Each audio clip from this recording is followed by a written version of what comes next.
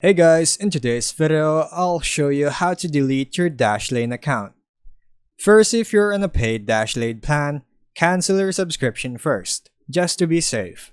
Next, export your data if you want to keep anything saved. Passwords, logins, secure notes, and etc.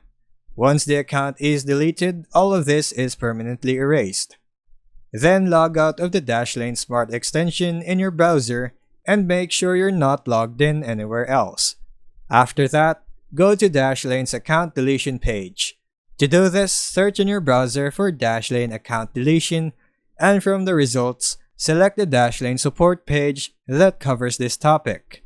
We're going to scroll down until we see the Delete Your Dashlane Account section. And on step 1, there's a link to the account deletion page. Click on it. Enter the email address associated with your Dashlane account. You'll be asked to verify your request. Look for an email with a verification code.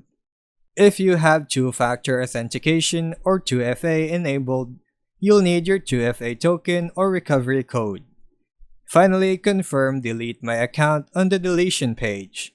All your vault data, personal information, payment info will be wiped, and you will no longer receive emails from Dashlane.